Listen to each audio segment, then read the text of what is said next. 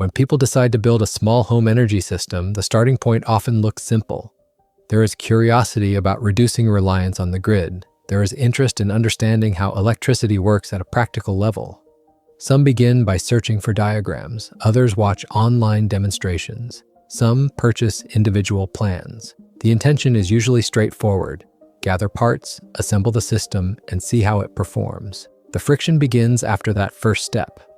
Documentation is often scattered. One diagram shows a coil layout but does not explain spacing.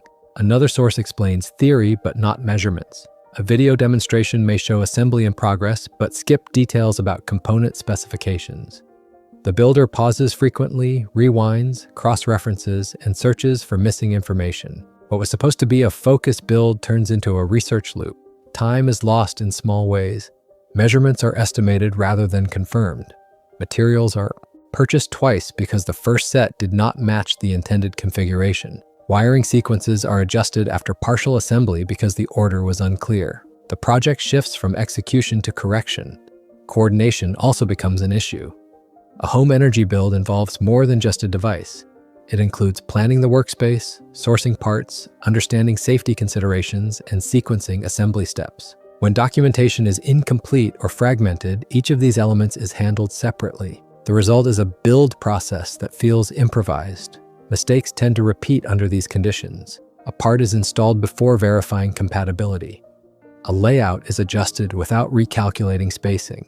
A structural support is added late in the process instead of during initial assembly. These are not dramatic failures. They are small inefficiencies that accumulate.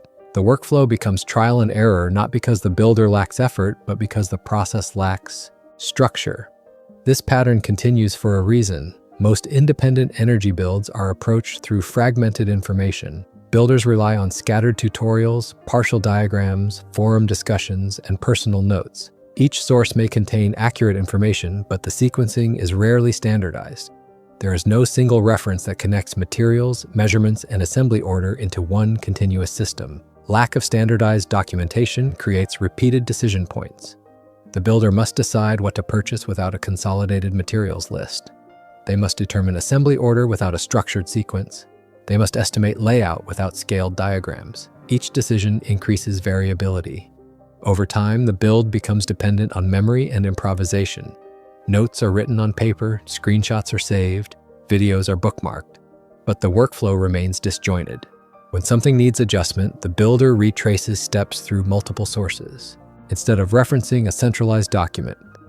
This structural gap is what generates inefficiency. In most practical fields, repetition is reduced through standardization. Construction projects use blueprints, electrical installations follow schematics. Mechanical systems rely on assembly guides. These formats do not guarantee outcomes, they reduce uncertainty in the process. Home energy experimentation often lacks that layer of organization. People attempt to solve this in different ways. One option is designing from scratch.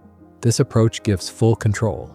The builder researches theory, sketches layouts, selects components, and creates custom measurements. For technically experienced individuals, this can be rewarding. However, it requires strong foundational knowledge and significant time investment. Without prior experience, the learning curve can be steep. Another option is purchasing individual plans. A single schematic may provide a clear layout for a specific configuration. This can reduce uncertainty for that one design. The limitation appears when modifications are needed. If the plan does not include alternative configurations or scaling guidance, the builder returns to research mode. Many rely heavily on video tutorials. Videos are accessible and often demonstrate real assembly. They can clarify orientation and component placement. However, videos are not always structured for repeatability. They may omit material specifications. They may not provide printable reference diagrams. Pausing and rewinding becomes part of the workflow. Some builders use informal documentation systems. They collect PDFs, save links, and organize personal notes. This method creates a partial archive. The challenge is consistency. Without standardized formatting, each document follows a different logic. There is also the option of using structured plan libraries or organized documentation systems. In this format, multiple builds are categorized and presented in a consistent structure. Layout diagrams include measurements.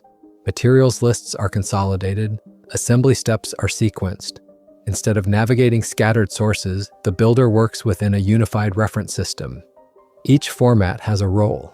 The key difference lies in how information is organized. A structured documentation format typically begins with a categorized archive. Projects are grouped by scale or complexity. This allows the builder to select a configuration that matches their experience level. Within each project, measured layouts are presented in a clear format. Dimensions are specified. Component placement is illustrated. Rather than estimating spacing, the builder follows a defined reference. Material lists are centralized. Instead of compiling parts from multiple tutorials, the builder reviews a consolidated list. Quantities are specified. Component types are defined. This reduces repeated trips to suppliers. Sequential instructions follow a logical order. Assembly begins with structural framing, then component placement, then wiring or integration steps. Each phase builds on the previous one. The builder is not deciding what comes next. The sequence is predefined. Such systems may exist as compiled digital libraries, downloadable guides, or categorized documentation archives. The delivery format is often digital, allowing access to diagrams and schematics in one location. The structure is what matters. It is not about innovation in design, it is about clarity in execution. The presence of standardized documentation does not eliminate the need for understanding. Builders still need to read carefully. Measurements must still be followed precisely. Safety considerations remain essential. What changes is the reduction of avoidable repetition. Structured documentation reduces decision fatigue. Instead of asking what to do next, the builder references the next step. Instead of searching for component compatibility, they verify it against the list. Instead of improvising layout spacing, they follow scaled diagrams. This format benefits individuals who value organized workflows.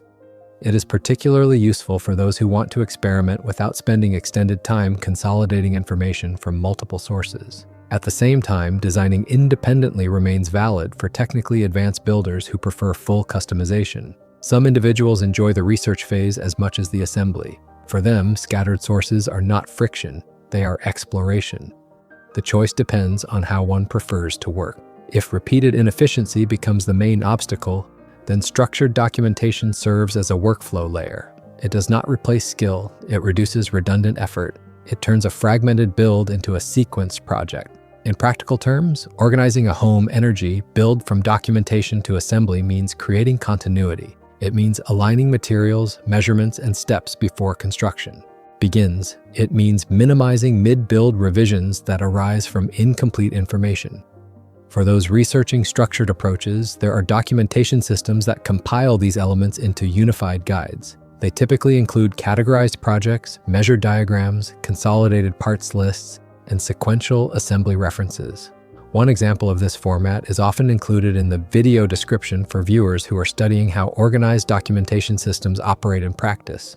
Whether someone chooses a structured archive or builds entirely from scratch, the core principle remains the same. Efficiency in physical assembly begins with clarity in documentation. When the process is organized before the first component is placed, repeated correction becomes less common. And in technical projects, reducing repetition is often the difference between a stalled experiment and a completed build.